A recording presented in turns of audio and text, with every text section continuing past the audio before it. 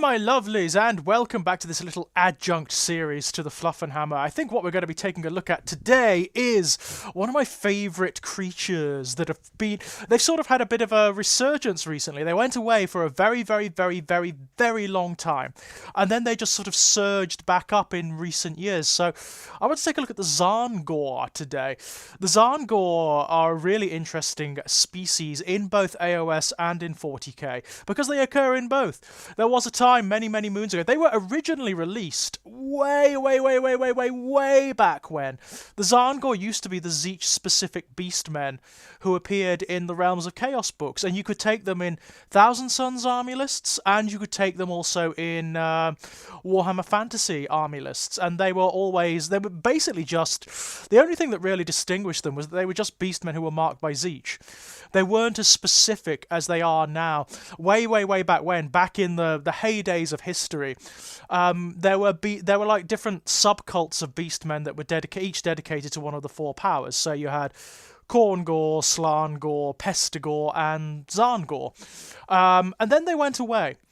For the longest time, the closest you ever got to them were Beastmen units that were marked by Tzeentch in Warhammer Fantasy Battle.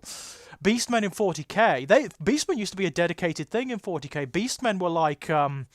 They were like Ogrins or like Rattlings. They were just an abhuman species, and you could take them in Imperial armies as well.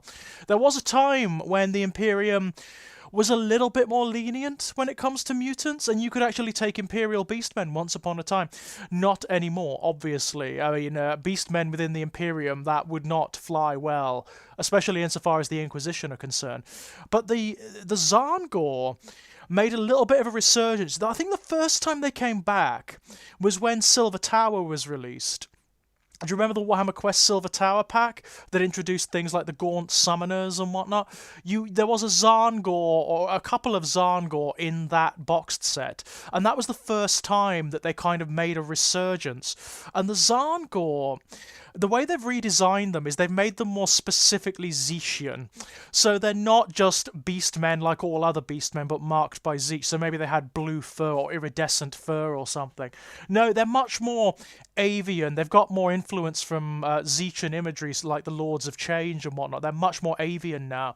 And then later on, they were introduced as a dedicated unit in the very first Disciples of Tzeentch book for AOS. They actually became a dedicated unit with lots of different options and offshoots and rules and their own dedicated background. So you not only had packs of Tzaangor that operated as like troops, basically, you also had Tzaangor shamans, who were the more ascended magic users, the more intelligent of the Tzaangor. And you also had things like the Enlightened and the Skyfires, and they are Tzaangor they have a specific destiny set out for them by Tzeentch. They have a very particular role to play in Tzeentch's design, so they are literally and figuratively ascended above their brethren because they're gifted with discs of Tzeentch, so they can fly, they can float around the battlefield and do all sorts of crazy and wonderful things. What I like about the Tzaangor, also, I mean, one of the most interesting things that I never expected was the Tzaangor are one of those chaos units, a bit like the demons, that represent a crossover between the fantasy setting, the AOS setting, and Warhammer 40k. Because when the Thousand Sons were reintroduced in, I think it was in 2016, maybe? I can't remember. I think it was 2016. When you got the whole Wrath of Magnus thing, the Battle for Fenris, towards the end of 7th Ed, when Magnus the Red was released as a Primarch, when you got the new Ahriman model, the new Thousand Sons, one of the backup units, which we were really surprised to see for Thousand Sons, was Tzaangor. We actually got the Tzaangor back, and that makes a lot of sense historically, because historically, the Tzaangor have always been part of Thousand Sons armies, way back in the ROC days they were anyway, the Realms of Chaos days, they were part of Thousand Sons armies. Because the Thousand Sons themselves are kind of rare, there aren't that many of them compared to, say, other Chaos Space Marine legions. They back up their lack of numbers with packs of Tzaangor. Tzaangor are, in the 40k setting, they're some of the most populous creatures of Sortiarius, the planet of the sorcerers, where the Thousand Sons make their base of operations. The planet of the sorcerers is this insane, shifting landscape where nothing is set, nothing is solid. You can blink, and the landscape around you changes. Perceptions of time and dimension are all different, so navigating it is like a madman's endeavor. You have to be slightly insane in order to navigate Sortiarius. But one of the native populations of Sortiarius are the Tzaangor.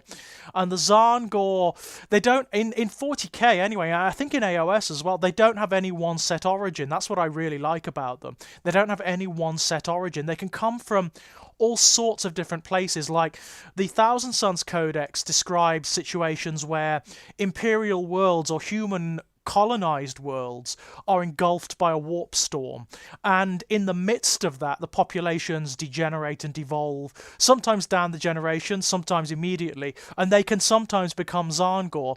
Or you can have a situation where under particularly auspicious sets of stars or moons, or because of the whims of Tzeentch, or because of an occult ceremony or something, there is this horrible scenario where pregnant mothers give birth to Tzaangor, where their children are actually their unborn infants become Tzaangor. There's stories in the Thousand Sons Codex of entire generations born to planets that rip their ways out of their mothers' wombs as Tzaangor, which is really horrible. They can also be created by occult rituals, so you can have a situation where maybe a Thousand Sons sorcerer or maybe a Tzeentch cultist on a planet enacts a particular ritual, and that degenerates and devolves, or rather ascends, depending on your perspective, the local population into Tzaangor. The fun thing about the Tzaangor is they don't necessarily have a fixed state. They have certain common elements, so they've got like the bestial horns, they've got the beastman hooves and all of that sort of thing. They've got beaks like Lords of Change, they've got avian elements, they've got like feathers instead of fur. But one of the things that is really interesting about the Tzaangor, because they're Tzeentchian, they're not fixed. They can be mutated. I know the boxed set is kind of standard, they're all pretty much similar creatures. They've got some mutations but not many. But really, you can let your imagination go wild with the Tzaangor. They can be absolutely anything you like. You can even introduce narrative into them. I mean, the Tzaangor I'm building for my Thousand Sons, my Shattered Sons, I've just got lots of box sets together, including the Tzaangor boxed set, and I've just hurled them together to create the most random, wild, mutated creatures I can, because that's what Tzaangor are. They can be absolutely mad. So I've got admech bits and like stapled tendrils to them, and beastman heads and serpentine tails coming out of them. So they look completely mutated and weird and bizarre, but still identifiably are Tzaangor. You can kind of get away with that. That's something I really love about the Tzaangor. The fact that they kind of suggest narrative by their existence. Another thing that's interesting about Tzaangor is most beastmen are they're not mindless, they're not stupid, not in the way like, say, the orcs are. The orcs are kind of mindless, and apart from a few notable examples like Garskull, like Grimgor Ironhide and all of those characters, most of them are pretty stupid. The Tzaangor aren't, the Beastmen aren't, but the Tzaangor are actually remarkably intelligent. They're remarkably intelligent, and they operate in a different way from other Beastmen, from other beasts of chaos. They flock, for one thing. When they move, they often follow things like, in the same way that birds follow magnetic spheres and whatnot, in order to navigate. The Tzaangor follow ley lines, they follow lines of force, and they are attracted to areas of magic. They can actually feast upon and sort of nourish themselves with abstraction, with magic, and they seek out artifacts. They've got this thing about arcane artifacts, books of lore, magic, very Tzeentchian. So they seek those things out, sacred temples, sacred sites, shrines, that kind of thing. They are obsessed with anything arcane, basically. And from their ranks you get the more ascended ones, the ones that guide them. So the the Tzaangor shamans, who are remarkably intelligent. Remarkably intelligent. The Thousand Sons, by all accounts, have a lot of respect for the Tzaangor shamans, because the Tzaangor shamans are very close. Their magic is instinctive. They're not necessarily learned in the academic way of the Thousand Sun sorcerers. They are connected to Tzeentch and to magic in a very visceral, very atavistic way, in an animal way. They're kind of like the true children of chaos, the true children of Tzeentch, the Tzaangor. And Thousand Suns respect them. They have a lot of time for them. On the planet of the sorcerers, on Sorciarius, they used to have the function of seneschals, so they were sort of like the servant caste, and that's still true. They're within the Silver Towers, within what's left of Tizca, the city of the Thousand Sons. They serve as like attendants to the Thousand Sons, but at the same time you get these wild flocks roaming all over the planet, and they can navigate it in ways that even the Thousand Sons can't, because they were born to it, because they are linked to the shifting tides of insanity in a way that no other creature is. And that's kind of cool. I really, really like that about the Tzaangor. It makes them fascinating. The same is true in AOS. I mean, the Tzaangor, they cross several different armies. So you can get Tzaangor in the Beasts of Chaos book, for example, in which they are very, very removed from the other Beasts of Chaos, because, of course, they are God-specific, and the other Beasts of Chaos don't really like that. You also get them in the Disciples of Tzeentch, where, again, they become parts of the Arcanite cults. They're kind of drawn into the Arcanite cults, but at the same time they operate on a slightly separate level. They aren't quite the same. They operate on a kind of sacred level where they are left to their own devices. The Thousand Sons regard them as holy abominations. They're expressions of Tzeentch's will in the material universe, and that's kind of cool. I really like that. For me, they're one of the most fascinating units. In the Thousand Sons Codex, as an army choice, they're really cool as well. They're kind of like, they're slightly tougher, more aggressive cultists. That's the way they work. They're not as durable as Thousand Sons, obviously. They don't hit as hard, but they plug that close combat gap that Thousand Sons have. You know, Thousand Sons are just not very good at close combat. They're not meant to be. But that's what Tzaangor do. They're screening units. They're quite fast as well. They move quite fast. And they're very good. They're actually surprisingly good in close combat because of a peculiar mix of psychic buffs and stratagems. They can be pretty damn nasty. I think it's a surprise to many because they look quite fragile.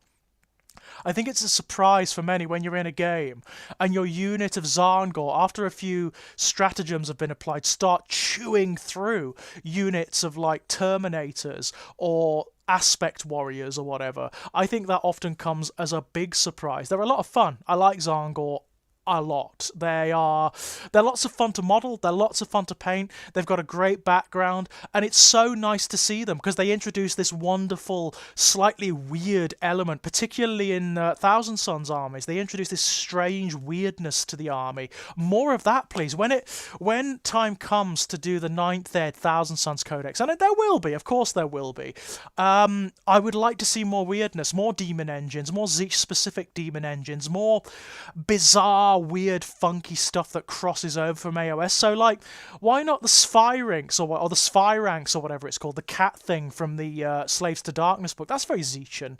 That would make an excellent Thousand Sons creature. Also, why not the Gaunt Summoners? You know, the Gaunt Summoners are the keepers of the Silver Towers, and the Silver Towers cross dimensions. They exist in both 40k and in AOS. So Gaunt Summoners as part of a Thousand Sons army, no reason why not. No reason why not at all. I'd love to see that. Would absolutely love to see that. In fact, I mean, even things like the Arcanite cultists, the Kyric acolytes, they'd fit in a Thousand Sons army fine. They'd fit absolutely fine. Slightly different versions of cultists that are maybe have a firing psychic attack. That'd be great fun. That'd be wonderful. Or maybe they could do them like because they used to be way back when in the ROC days. They used to be little covens of thrall wizards that you used to get, thrall bands of mortal wizards in Thousand Sons armies. And the way they used to operate is Thousand Sons sorcerers could sacrifice them to bolster their own psychic powers. That would be great. I'd love to see that. A sacrificial unit of Kyric Acolytes in the Thousand Sons army? Go for it. Yeah, I'd love to see that.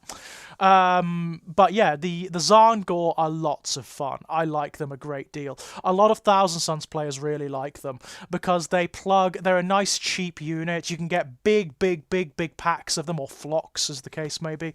And they just look great, and they do the business. They do a lot of stuff that plug tactical and strategic gaps in the Thousand Sons army. Lots and lots of fun. Until next time, my loves, bye-bye!